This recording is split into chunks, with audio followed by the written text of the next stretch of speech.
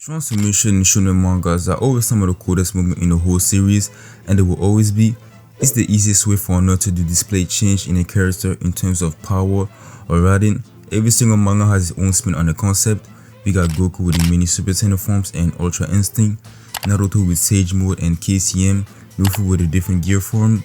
Snake Man is my favorite. That design is just too cool and sleek, but I digress. There's so many more forms that are unique to their own show, which makes it really diverse, and it's always interesting to see different authors have their own interpretation of that concept. But my favorite aspect about transformation in general is the meaning behind it. Did the author do enough build-up for it to feel special, or is it going to be a shallow power-up? Does the transformation have meaning behind it, or is it just here to look cool? All these questions have to be answered by the author if he wants his transformation to be iconic or not. So today, I'll analyze 3 of my favorite transformations and explain why they're the best in all of Shonen. But before that, I would like to mention some honorable transformations because I don't have that much to say about them, but I still want to mention them real quick because they're pretty iconic in their own regards. Ichigo's final Getsuga Tensho is maybe the coolest looking form ever. You cannot even lie, that design is sleek and perfect, and the black aesthetic is just incredible. Like Bleach art and design is next level. And I really like the fact that Ichigo is able to use it when it comes to terms with Zangetsu and his inner hollow. Actually, I'm not too sure because I'm not done with Bleach. I need to finish it to get a better scope of Ichigo's character. But I still wanted to mention it because that form is way too cool. The design is perfection.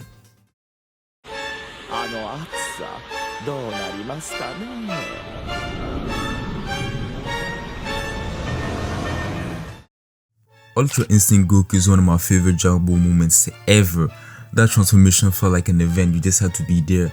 The OST with the violin and the drum, the fight itself against Jiren, the design of the form, and Goku's zen, quiet attitude, and the way he was dodging every move was something truly special. But my problem with Ultra Instinct is that I don't really like the silver head form. It doesn't have the same impact as the first one. And in the manga, Ultra Instinct is just a whatever transformation. It kind of ruins it. He doesn't even dodge. Like, my man, that's the whole point of the transformation. It feels like another power-up, another like Super Saiyan form.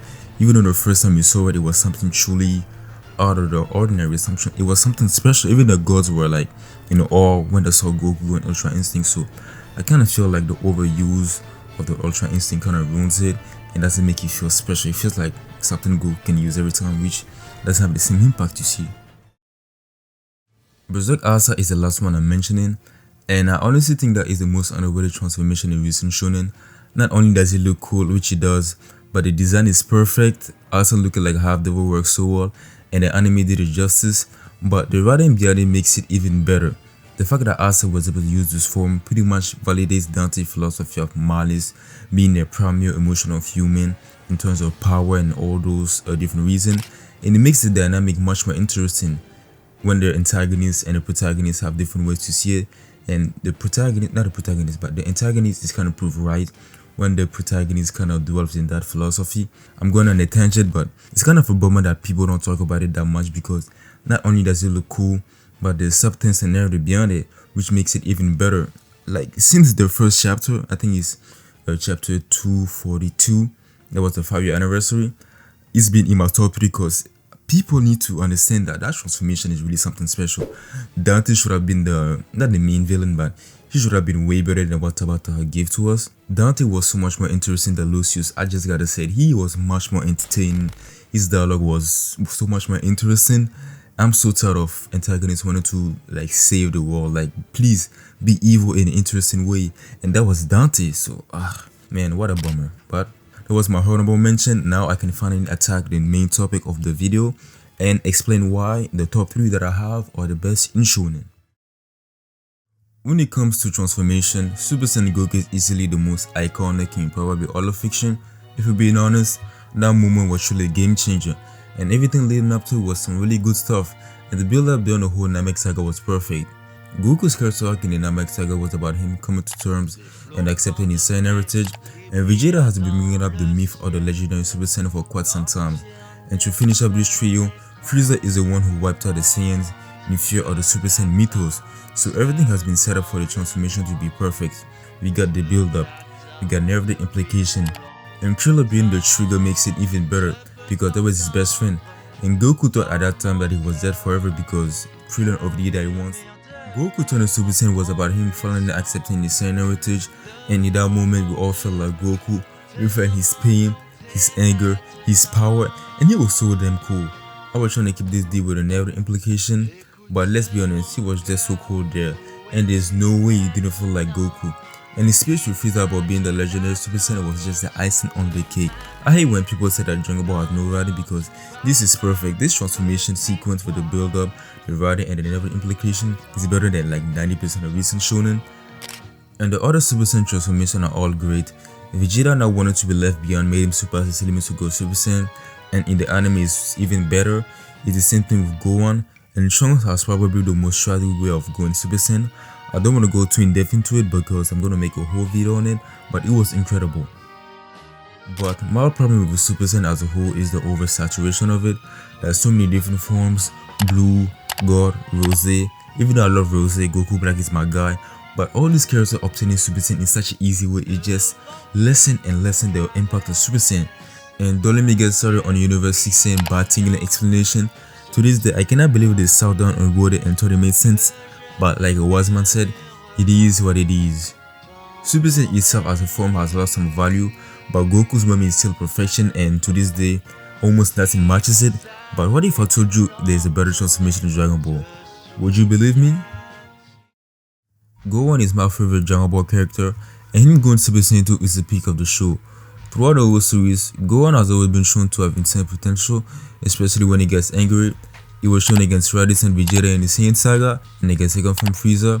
The reason Super Saiyan 2 works so well is because it's been built up for a while now, and it makes sense that Gohan was the first one to achieve it. I see a lot of fans that Android 16 is the main reason, which he isn't. Yes, he's the catalyst, but Gohan was building up that rage during the whole fight, and he was going to transform sooner rather than later. But shout out to 16, that speech about letting everything go was magnifique. Everything about Super Saiyan 2 is perfect.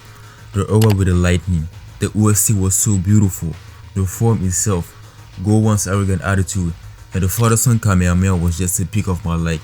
And Gohan in the BoJack movie was just the coolest character ever. The way he was running to BoJack squad was generational. But even though I love Super Saiyan 2 to death, there's still one transformation that stands above all of them. Adult Gohan is the greatest transformation of all time. Unlike Super Saiyan that gives you a feeling of triumph, of hope, of satisfaction, you wanted Goku to kill Frieza and avenge Krillin. Gohan is the polar opposite. It's dark, it's ominous, and the whole scenery and the music makes you feel like he's the antagonist, and you just know something isn't right when you see Gohan going into that form. It's dark, it's monstrous, and you start feeling bad for P2 at that moment because she was just following her nature, and at heart, she was trying to protect Komugi. Gohan was ready to give up his whole life just for some power, just for revenge, and the reason it works so well is because it makes sense with his character. Firstly, Gohan isn't a monster, let's make it clear. He's definitely a kind-hearted kid, but as you continue to read the series, you can see hints of Gohan morality being kinda messed up, and it makes sense for someone that young not having a good understanding of all those concepts.